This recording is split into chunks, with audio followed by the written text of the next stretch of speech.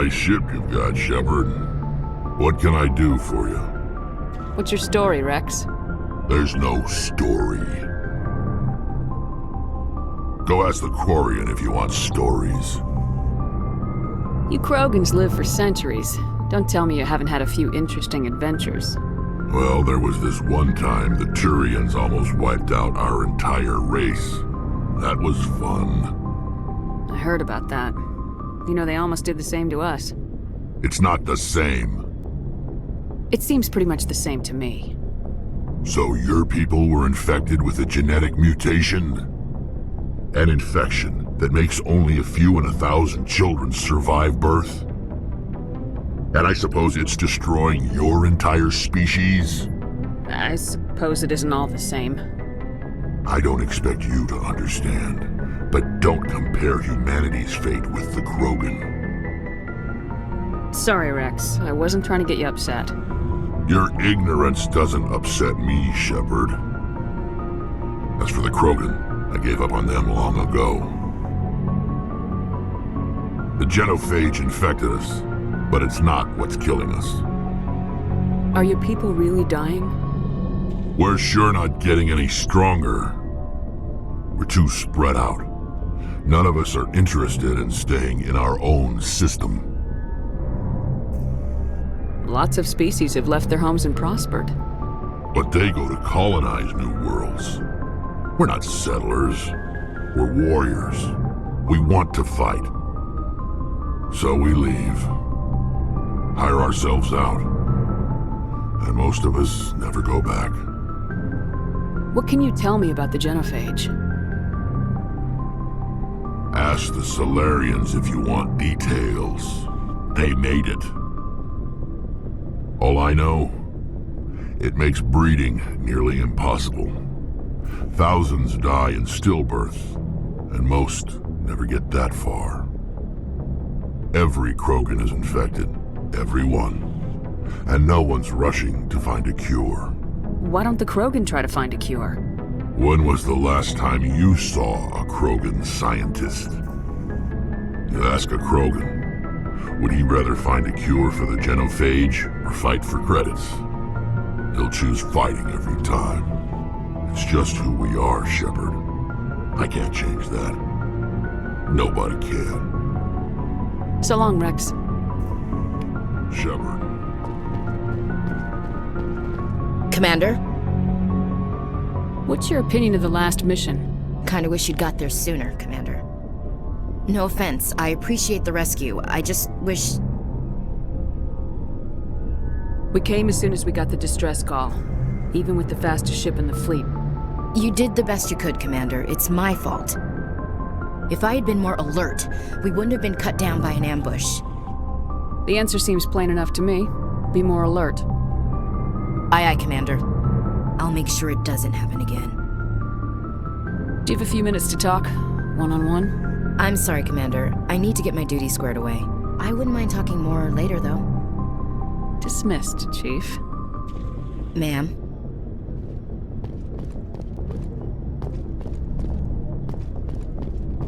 Thanks for bringing me on board, Commander. I knew working with the Spectre would be better than life at CSEC. Have you worked with the Spectre before? Well, no, but I know what they're like. Spectres make their own rules. You're free to handle things your way. At CSEC, you're buried by rules. The damn bureaucrats are always on your back. Being a Spectre does have its advantages. Exactly my point. If I'm trying to take down a suspect, it shouldn't matter how I do it, as long as I do it. But CSEC wants it done their way. Protocol and procedure come first. That's why I left. So you just quit because you didn't like the way they do things? There's more to it than that. It didn't start out bad, but as I rose in ranks, I got saddled with more and more red tape. CSEC's handling of Saren was typical. I just couldn't take it anymore. I hate leaving. I hope you made the right choice. I'd hate for you to regret it later. Well, that's sort of why I teamed up with you. It's a chance for me to get off the Citadel, see how things are done outside CSEC. Either way, I plan to make the most of this. And without CSEC headquarters looking over my shoulder, well, maybe I can get the job done my way for a change. As long as you do your job well, you're free to go about your business as you see fit. Thank you, Commander.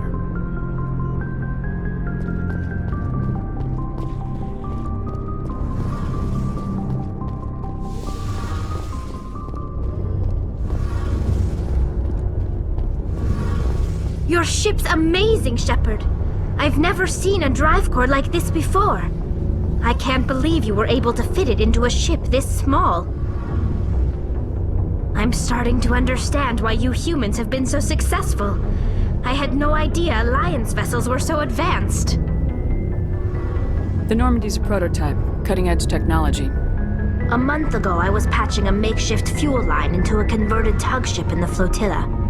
Now, I'm sitting on board one of the most advanced vessels in Citadel space. I have to thank you again for bringing me along. Traveling on a vessel like this is a dream come true for me. I had no idea you found ship technology so interesting.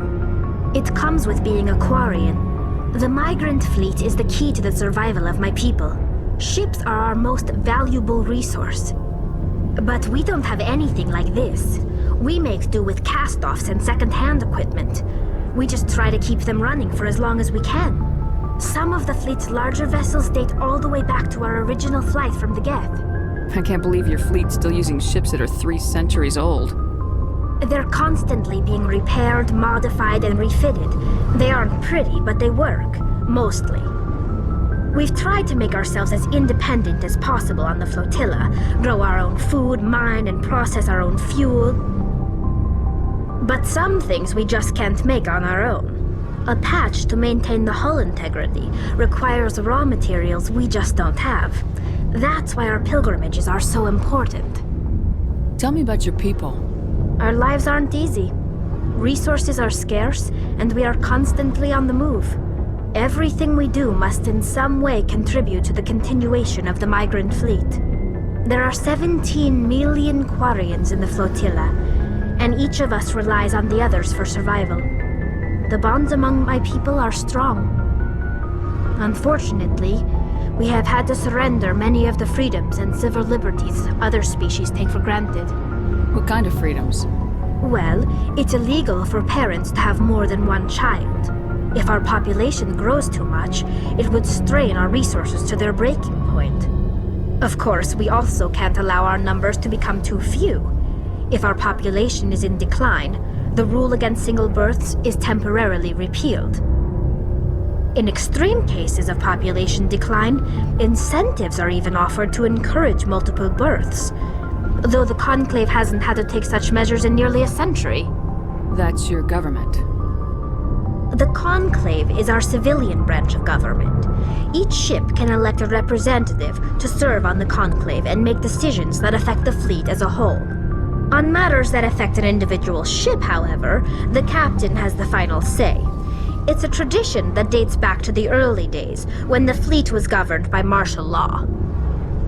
Fortunately, most captains nowadays are smart enough to have an elected council from their crew to give them advice and guidance. So the ultimate power rests with elected officials?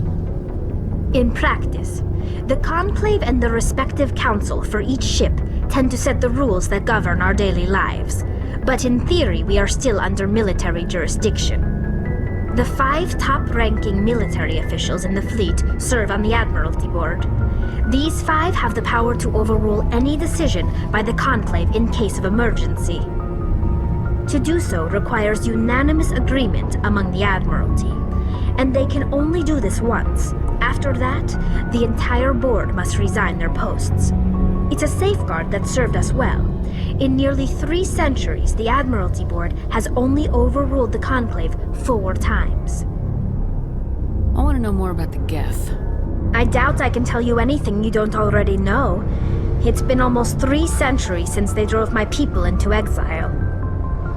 All I know is the story of their origins, what they were when we created them, and how they turned on us. Interesting. The Geth were originally created to serve as an automated manual labor force. Initially, their intelligence was as limited as any VI. Over time, we made small modifications to their programming to allow them to perform more varied and complex tasks, bringing them closer and closer to true AI status. How come the Council didn't step in and stop you? This wasn't true AI research. We may have been skirting the bounds of the law, but we never did anything that was actually illegal. The changes were so insignificant, so gradual, that we were able to control them. Or so we thought. But one thing we underestimated was the power of the neural network. A million Geth thinking simultaneously created an inherently unstable matrix. So the Geth share brain power? Many of the Geth's logic systems were designed to work in concert with other nearby Geth. Basically, the more of them you have in a group, the smarter they are. So there's some sort of group consciousness? No, nothing like that. They cannot share sensory data or information. Their programming cannot handle that much simultaneous input. Each Geth maintains an individual awareness and identity. The neural network only operates on a process-based level. It's basically the synthetic equivalent of a subconscious. But when they're in close proximity, they can coordinate low-level functional processes, freeing up more capacity for original or independent thought. That doesn't make any sense. I'm probably oversimplifying. The Geth are incredibly advanced and complex creations. All you need to know is that they get smarter when they gather in large numbers. As we built more and more Geth, their effective intelligence became more sophisticated, more abstract. One day, a Geth began to ask its Quarian overseer questions about the nature of its existence. Am I alive? Why am I here? What is my purpose? As you can imagine, this caused a near panic among my people. I don't see what's so bad about those questions. The Geth were created to engage in mundane, repetitive, or dangerous manual labor. That's fine for machines, but it won't satisfy a sentient being for long. The Geth were showing signs of rudimentary self-awareness and independent thought. If the Geth were intelligent, then we were essentially using them as slaves. It was inevitable the newly sentient Geth would rebel against their situation. We knew they would rise up against us, so we acted first. A general order went out across all Quarian-controlled systems to permanently deactivate all Geth. The Geth responded to this order violently. You didn't really think they'd just let you destroy them without a fight, did you? The hope was that most of the Geth would still be little more than machines, incapable of organized resistance. But they had progressed much further than anyone anticipated. The war was long and bloody. Millions upon millions of Quarians died at their hands. In the end, we were forced to flee our own homeworld. We feared the Geth would pursue us, but they never came beyond the Veil. Now we drift through space, exile searching for a way to reclaim what was once ours. It's hard to feel sorry for you. Your ancestors tried to wipe out another species. We made a mistake when we created the Geth in the first place. But we did not make a mistake when we went to war against them. If we had not acted, they would have wiped us out. They're a synthetic life form. They have no use for organics. None. Why do you think they cut themselves off from the rest of the galaxy? Why do you think they've killed every organic being who's ever tried to contact them? They didn't kill Saren. What does that tell you? The Geth are not innocent victims in all this. They're the enemy. They want to destroy us. Not just the Quarians. All organic life. That's why they've joined up with Saren. And that's why we have to stop him. I want to know more about the pilgrimage. When my people reach maturity, we leave our birth ships and seek acceptance with a new crew. It's necessary to maintain genetic diversity among the fleet. But no ship wants to accept someone who will be a burden on them. So, to prove our worth, we embark on a pilgrimage. We set out alone, leaving the flotilla and our families behind us. We only return once we have found something of value we can bring back to the fleet. This is presented as a gift to the captain of the respective ship we wish to join. If the gift is accepted, we are welcomed into the crew. Can a captain choose to reject the gift? That doesn't happen often. Most captains are eager to increase the size of their crew. It increases their own standing in our society. Even when the gift is not particularly valuable, the captain usually accepts it out of a sense of tradition. However, there is a stigma to presenting a substandard gift. It's not the best way to make a good impression on a new community. Most pilgrims don't return until they find something worthwhile. I can't believe they just send you off alone. It's not like they just cast us out. Before we leave, we are given lessons in how to survive outside the flotilla, and given gifts to help us on our journey. We also receive implants to fight off sickness and disease. Generations of living in an isolated and highly controlled environment have left our immune systems weaker than most. By the time we leave the fleet, we are well equipped for the pilgrimage. This is a rite of passage for all Quarians. If it were dangerous, our numbers would suffer. Virtually every pilgrimage ends with a triumphant return and the ritual presentation of the gift to one of the fleet's captains. I want to talk about something else. Like what? I should go. See you later. Hey, Commander, you know that Quarian, Tali? She's been spending all her time down here asking me about our engines. I'll tell her to leave you alone. What? No, she's amazing. I wish my guys were half as smart as she is. Give her a month on board and she'll know more about our engines than I do. She's got a real knack for technology, that one. I can see why you wanted her to come along. I figured she'd be a real asset to the team. You've got an eye for talent, Commander, but I'm guessing that's not why you came down here. Fill me in on the IES stealth system. How does it work exactly? You can't hide a ship out in space. They emit too much heat and radiation, too easy for sensors to pick them up, unless you find a way to capture those emissions. So our stealth systems trap the energy we give off in storage sinks built into the ship itself. No emissions to give away our location. Eventually the sinks have to be vented. More than a few hours silent running and they overheat. Cook us inside our own hull. There's no way for anyone to detect us? A visual scan can still pick us up. Anyone looking out a window can see us plain as day. But you have to be pretty close to get an actual visual out in space. Most vessels rely on scanners. As long as the stealth systems are engaged, they can't see us. Not unless we accelerate to FTL speeds. Why doesn't it work with faster-than-light travel? Cranking up to FTL blue shifts our emissions, pushes them into frequencies too high to capture in the sinks. As soon as we make the jump, it's like setting off a flare. Sensors can pick up our location whenever we enter or exit FTL flight, but for short-range missions, our stealth systems are amazing, and we've got the only one.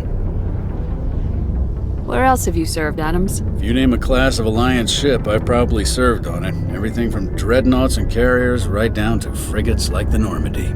My last assignment was on the Tokyo, only a cruiser, but she was a good ship.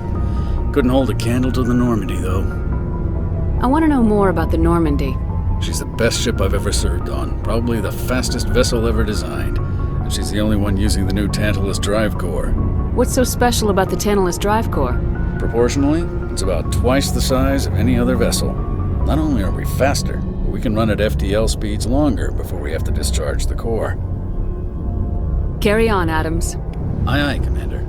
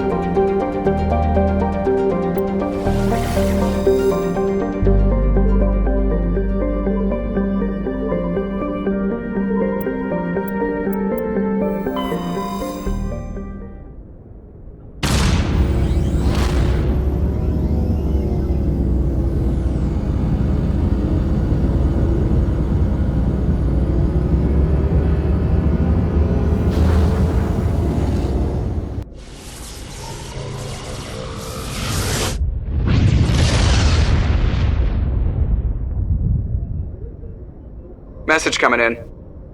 Patching it through. I have a difficult assignment, Commander. You're the only one I can trust to get it done. There's a criminal leader named Darius in the Skillian Verge who controls most of the raider activity. I'd like you to negotiate a ceasefire with him. Wouldn't an Alliance negotiator be better suited for this assignment? Darius won't respect an Alliance negotiator. He built his empire by killing his rivals. But with your very public achievements, you represent a strong image that Darius has to respect.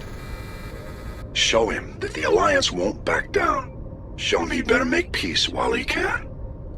I still think this is a mistake, Admiral. You're not under my command, but we need you for this job. You're the only one that could get it done right. The meeting will take place on a remote barren planet. I'm transmitting the coordinates now. I'm also transmitting the background for this negotiation. Fifth Fleet out.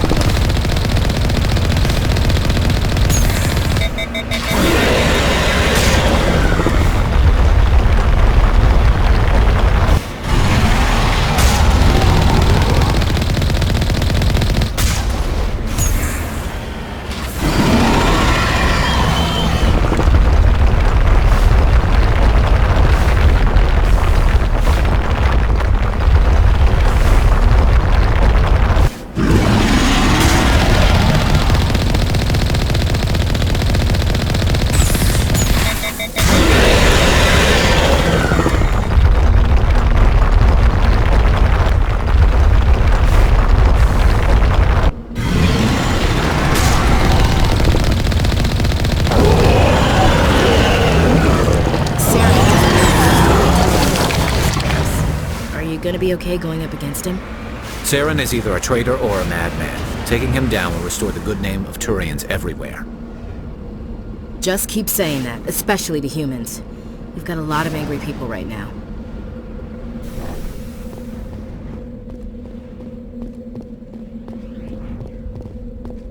Alliance soldiers. Looks like they were lured here by the distress beacon. These are Admiral Kahoku's men. We need to tell him what happened here.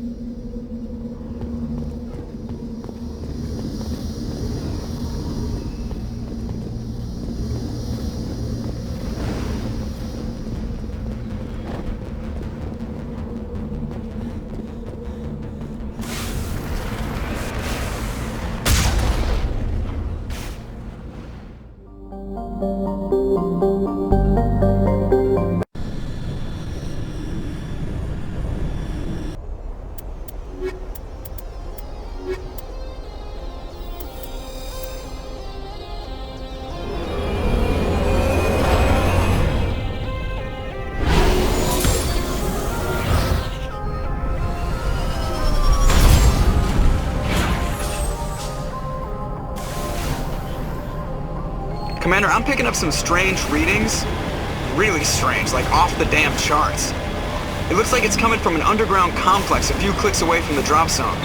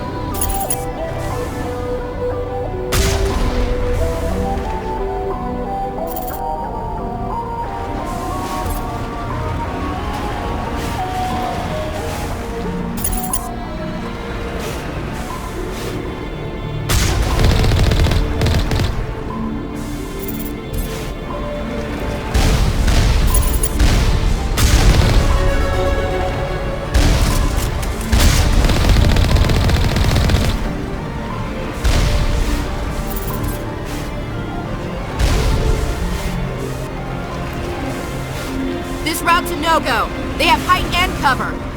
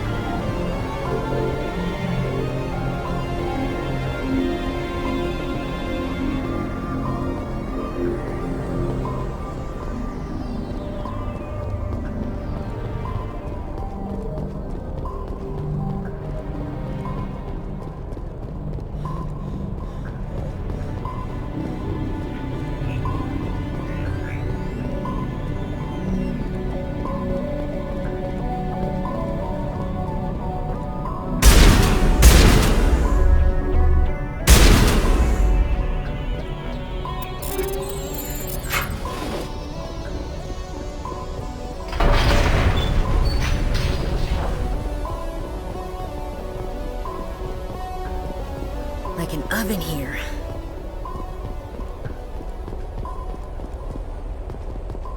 My people have searched many generations for a world to call home. If we landed here, we'd just keep searching.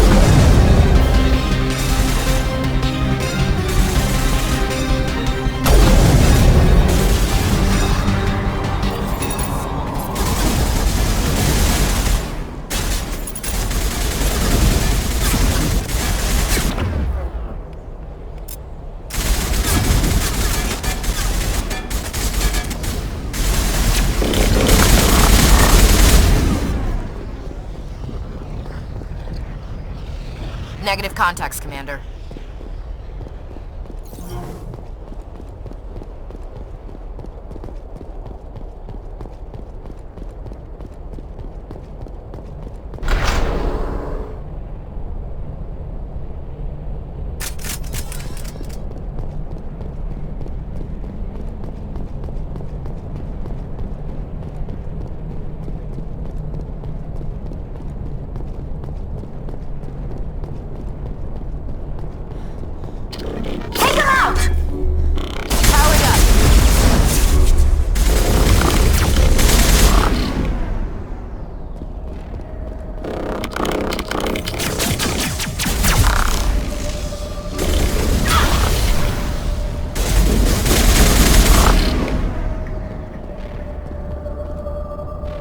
All targets down.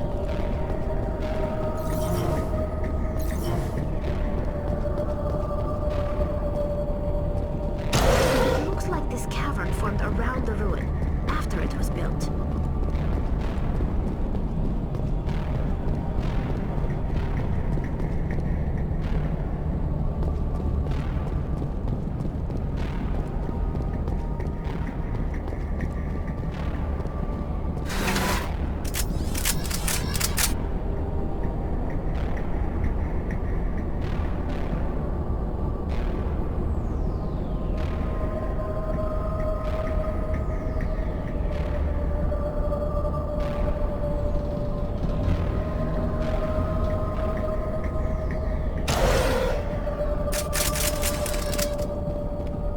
Hostile contact!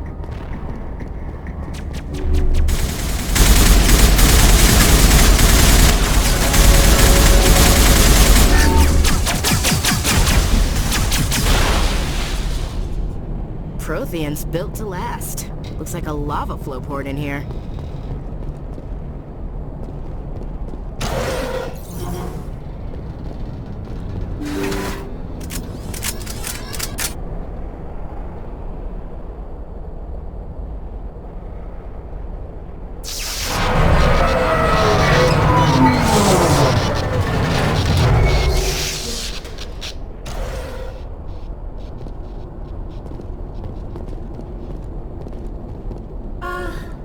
Hello? Could somebody help me? Please?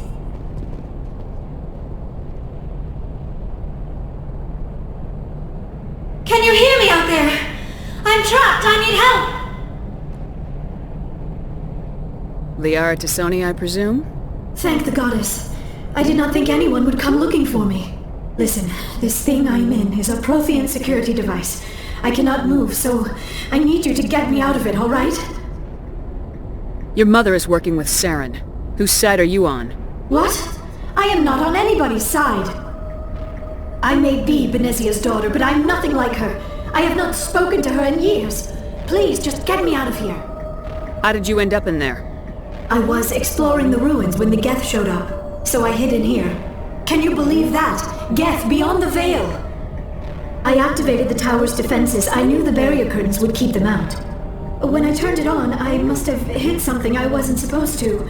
I was trapped in here. You must get me out, please! Any suggestions on how we can help? There is a control in here that should deactivate this thing. You'll have to find some way past the barrier curtain. That's the tricky part. The defenses cannot be shut off from the outside. I don't know how you'll get in here. Be careful. There is a Krogan with the Geth. They have been trying different ways to get past the barrier.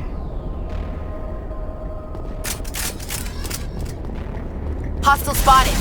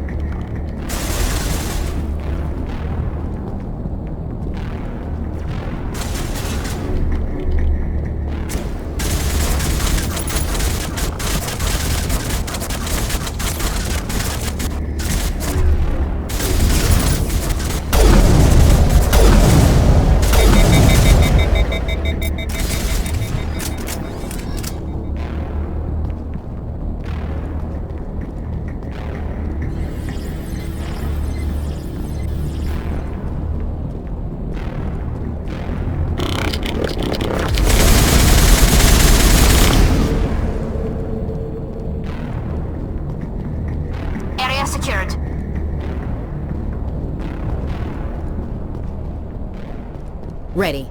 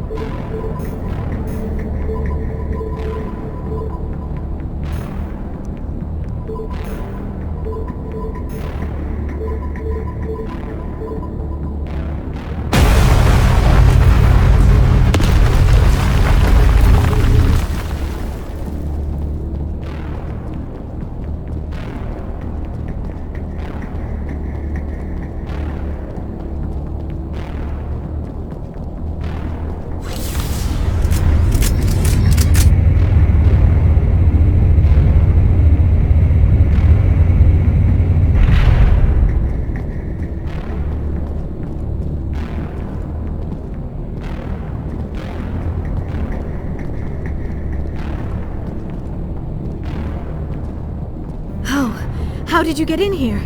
I didn't think there was any way past the barrier. We blasted through with the mining laser. Of course. Yes, that makes sense. Please, get me out of here before more Geth arrive. That button over there should shut down this containment field.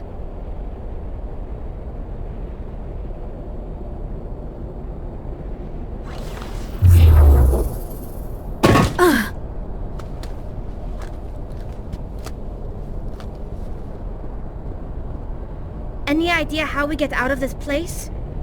There is an elevator back in the center of the tower. At least I think it's an elevator. It should take us out of here. Come on! I still cannot believe all this. Why would the Geth come after me? Do you think Benezia's involved? Saren's looking for the conduit. Think fast, Miss Prothean expert. The conduit? But I don't know... What the hell was that? These ruins are not stable. That mining laser must have triggered a seismic event. We have to hurry. The whole place is caving in.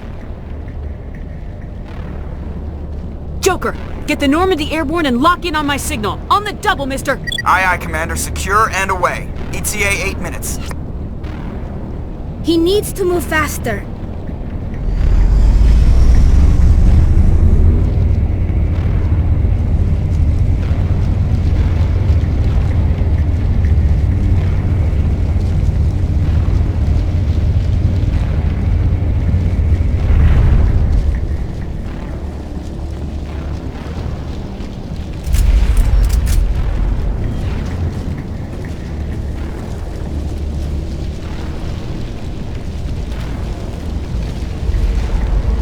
Surrender.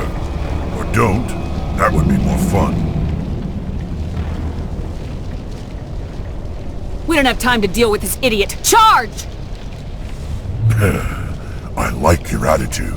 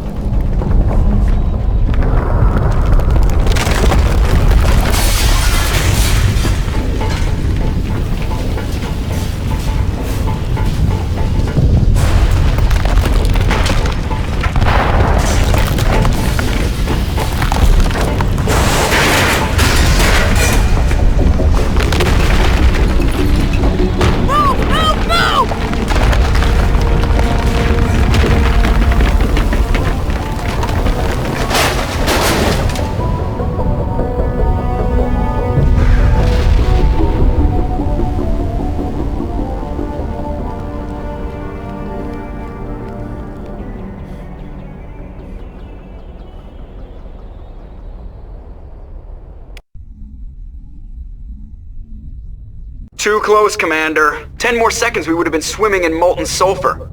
The Normandy isn't equipped to land in exploding volcanoes. They tend to fry our sensors and melt our hull. Just for future reference. We almost died out there and your pilot is making jokes?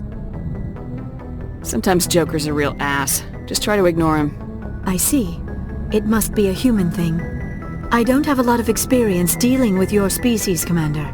But I am grateful to you. You saved my life back there, and not just from the volcano. Those Geth would have killed me or dragged me off to Saren. What did Saren want with you? Do you know something about the conduit? Only that it was somehow connected to the Prothean extinction. That is my real area of expertise. I have spent the past 50 years trying to figure out what happened to them. Just how old are you exactly? I hate to admit it, but I am only 106. Damn! I hope I look that good when I'm your age. A century may seem like a long time to a short-lived species like yours. But among the Asari, I am barely considered more than a child. That is why my research has not received the attention it deserves. Because of my youth, other Asari scholars tend to dismiss my theories on what happened to the Protheans. I've got my own theory on why the Protheans disappeared. With all due respect, Commander, I have heard every theory out there. The problem is finding evidence to support them. The Protheans left remarkably little behind. It is almost as if someone did not want the mystery solved. It is like someone came along after the Protheans were gone and cleansed the galaxy of clues. But here is the incredible part. According to my findings, the Protheans were not the first galactic civilization to mysteriously vanish. This cycle began long before them. Where'd you come up with this theory? I thought there wasn't any evidence. I have been working on this for 50 years. I have tracked down every scrap and shred of evidence. Eventually, subtle patterns start to emerge, patterns that hint at the truth. It is difficult to explain to someone else. I cannot point to one specific thing to prove my case. It is more a feeling derived from a half-century of dedicated research. But I know I'm right, and eventually I will be able to prove it. There were other civilizations before the Protheans. This cycle has repeated itself many times over. If the Protheans weren't the first, then who was? I don't know. There is barely any evidence on the Protheans, even less on those who came before them. I cannot prove my theory, but I know I am right. The galaxy is built on a cycle of extinction. Each time a great civilization rises up, it is suddenly and violently cast down. Only ruins survive. The Protheans rose up from a single world until their empire spanned the entire galaxy. Yet even they climbed to the top on the remains of those who came before. Their greatest achievements, the mass relays and the Citadel, are based on the technology of those who came before them. And then, like all the other forgotten civilizations throughout galactic history, the Protheans disappeared. I have dedicated my life to figuring out why. They were wiped out by a race of sentient machines, the Reapers. The Reapers? But I have never heard of. How do you know this? What evidence do you have? There was a damaged Prothean beacon on Eden Prime. It burned a vision into my brain. I'm still trying to sort out what it all means. Visions. Yes, that makes sense. The beacons were designed to transmit information directly into the mind of the user. Finding one that still works is extremely rare. No wonder the Geth attacked Eden Prime. The chance to acquire a working beacon, even a badly damaged one, is worth almost any risk. But the beacons were only programmed to interact with Prothean physiology. Whatever information you received would have been confused, unclear. I am amazed you were able to make sense of it at all. A lesser mind would have been utterly destroyed by the process. You must be remarkably strong-willed, Commander. This isn't helping us find Saren, or the conduit. Of course, you're right. I am sorry, my scientific curiosity got the better of me. Unfortunately, I do not have any information that could help you find the conduit, or Saren. I don't know why Saren wanted you out of the picture, but I think we'll be a lot better off if we bring you along. Thank you, Commander. Saren might come after me again. I cannot think of anywhere safer than here on your ship. And my knowledge of the Protheans might be useful later on. And her bionics will come in handy when the fighting starts. We've already got every other non-human species on board. Might as well add an Asari to the team. Thank you, Commander. I am very grateful. Oh, I am afraid I am feeling a bit lightheaded. When was the last time you ate? Or slept? Dr. Chakwa should take a look at you. It is probably just mental exhaustion, coupled with the shock of discovering the Prothean's true fate. I need some time to process all this. Still, it could not hurt to be examined by a medical professional. It will give me the chance to think things over.